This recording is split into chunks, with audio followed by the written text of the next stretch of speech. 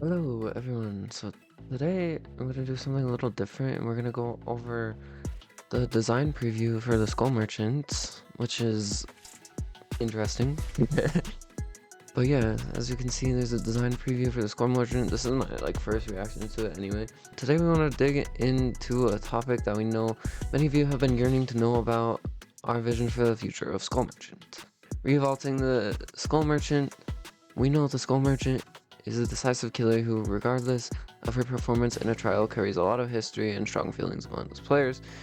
Yes, we know from the previous chess merchant, but I mean, at this point in time, she's pretty weak overall. Just people don't really know how to go against her really. So those are my thoughts at least.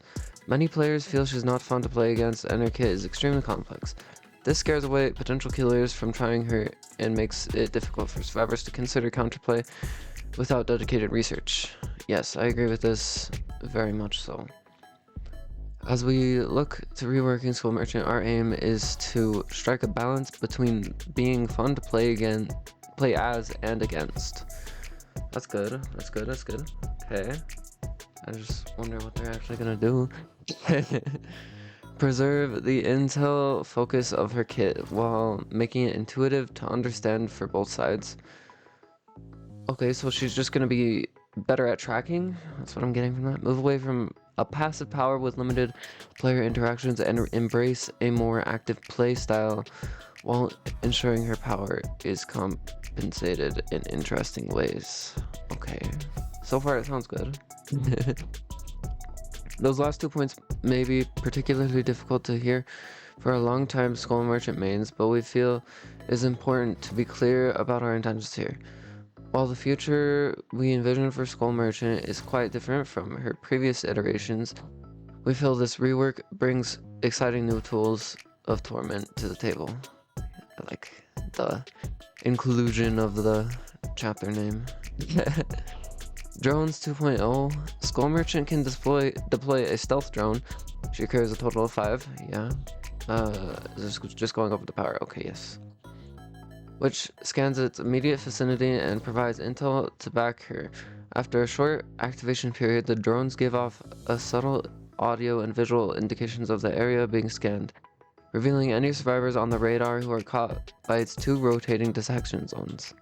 Importantly, we've slowed their rotation speed slightly and toned down the visual intensity of these zones, removing the large scan lines to replace them with something more subtle. Namely, you'll see the direction of each detection. Wait, what? You'll see the direction of each detection zone as they rotate, but the detection zone itself is invisible. Wait. Oh, okay. So you can see in this you know, this view here. So this is a top-down view. So just this part will be visible. Nothing else outside of that will be visible also. This gives survivors an impression of the space that is being actively scanned, but requires them to proceed cautiously. Okay. So yeah, much smaller visual. I mean, this is a good change, but I feel like against good survivors, they're just gonna notice, right? They're gonna know the range already. That's my thoughts, at least. We know they had their supporters. The original scan lines were visually loud and often clash with the rest of the game look and feel. I agree with this. Most definitely. I'm concerned about what the fuck's happening down here, but the intent here is to strike a balance between giving survivors just enough info to assess threats, a subtle rotating field of detection, yeah, without a threat overwhelming the space, and feeling encourages the Dead by Daylight's visual identity. Okay, that's good. I like that. I like that. The drones just felt a little out of place, their lines, but you know, it's a good thing that they're fixing it. And now we get to whatever this is. Put simply, stealth drone go burr. Oh no, okay. Once a stealth drone has been active for a short period, Skull Merchant can choose to take control of drones from a distance. Okay. This is a welcome change. I like this. Where did it go? Okay, I think it clicked off. Hold on, we'll go back. This is welcome. This is a welcome change. I like this change. During this time, she becomes undetectable. So it's kind of like Singularity's cameras. He becomes undetectable also. As her controlled drone becomes the primary threat, these stealth drones move slightly faster than her base movement speed and consume a new resource, power unique to each drone, while being controlled. Unique to each drone. Oh, okay, so I'm understanding. So each drone has their own power. So like you start out with 100 and it goes down relatively fast probably, and it goes down, and then if you don't hit anyone in that time, the drone's gonna deactivate probably. That's what I'm understanding from it, at least.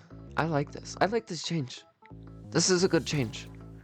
Okay, so power is consumed slowly. Okay, never mind. It's not fast.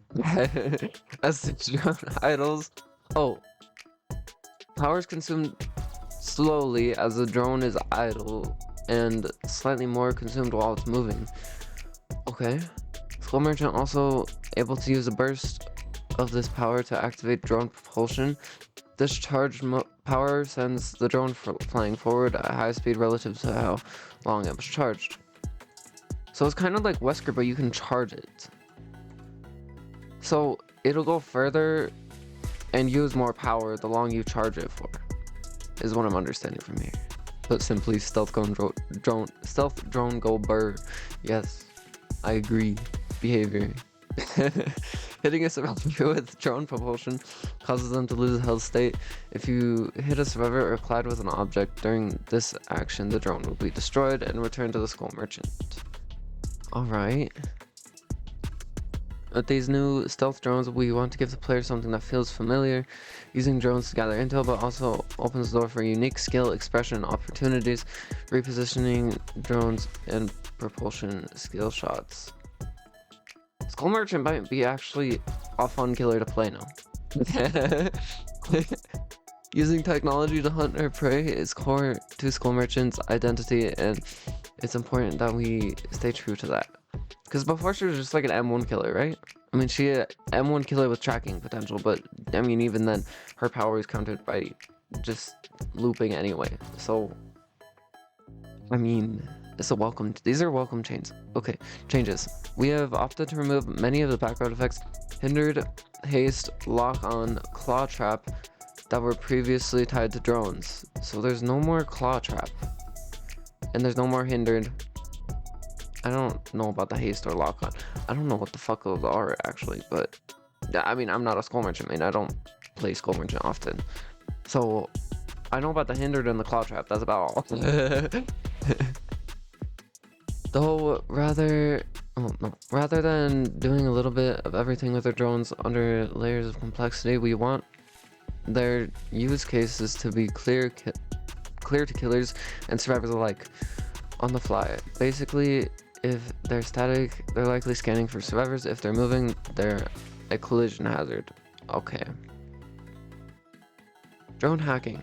Like drones themselves, drone hacking returns with a greater degree of risk and reward. Like before, drones can be disabled by survivors by inputting a series of button presses while close. If a drone is disabled, the Skull Merchant's aura is revealed to that survivor. Interesting. That's an interesting change. Proving useful intel. If the hack is failed, they're revealed by the killer. You will be revealed to the killer by killer instinct and are prevented from attempting another hack for a short period. Okay, I like these changes. I like this change really. If the hack is failed, they're revealed by killer instincts. I'm not so sure about that one. I mean, I am. That might just be the survivor main inside of me, but you know. I think I do like that. On the killer side though. The intention here is to introduce a greater degree of tension to hacking, while offering a clear way for survivors to interact with Skull Merchant's kit in a meaningful way. The intel reward is greater than before, but the risk of being revealed is more impactful. With intel at the center of this tension on both sides, we hope it makes this interaction easily digestible by players. It definitely is, to me at least. I'm not sure if this is like a downside really. I mean, we've seen it with other killers where, I mean, if you even get revealed by the killer in any way, I mean, even with nowhere to hide, if they're chasing someone else, it doesn't really matter too much. Like, this doesn't seem as punishing as it might seem. Because if they're on the, like, halfway across the map and they're chasing someone else, or even if they're really close, they're not gonna turn to you and go after you for hacking your drone, right? I mean, it feels very situational, that though. I don't know. Red light, green light. In addition to her drones, Skull Merchant has another power that ties into her radar. While the name is currently to be determined, let's refer to it as a global detection power. Once this power is charged and activated, a global warning plays for all survivors for a short period afterwards. Any survivor who actively sprints is revealed on her radar. Of course, crouching, standing still, and hiding in lockers all prevent detection. Added to the intel provided by stealth drones around the map, this should help ensure killers are easily able to lock on and keep tabs on survivors' movements. So she just has global detection. I mean, it's probably just gonna be for a short amount of time, but I mean, we'll see how that plays out. I mean, if they incorporate it like good, it could be good, but like if we'll just have to see how it's implemented. But I am kind of worried about this already because she already has the drones. I don't know why she would need like a global detection ability really. As this one right here, I think. Yes. But yeah. In line with our rationale above, we want survivors to have a clear understanding of what's happening when they face the Skull Merchant, where the overlapping timers and status effects of Skull Merchant's previous kit often obscured what the expected result of an encounter might be. Structuring this power around a well-known game, red light, green light, provides a clear, readable threat, a clear benefit for the killer, and a clear path for survivors to try and overcome it. Okay. Tentative release. We are currently evaluating a timeline for Skull Merchant's rework, but do envision it being quite far out as our primary focus is on driving quality of life updates. Once we have a timeline to share, we will be sure to keep you informed via future design preview updates. Phew, that was a lot, honey. Yeah, okay. I think it's decent. I mean, I think it's a good direction that they're going with. What I'm most worried about is this, the global detection here. I mean, obviously it'll prevent like rats from hiding, but that's the most thing I'm worried about. But I like the controlling drones. I like the power specific to each drone.